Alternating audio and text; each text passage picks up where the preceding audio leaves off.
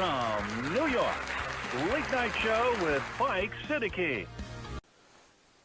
Bismillahirrahmanirrahim. Assalamu alaikum and welcome to the show.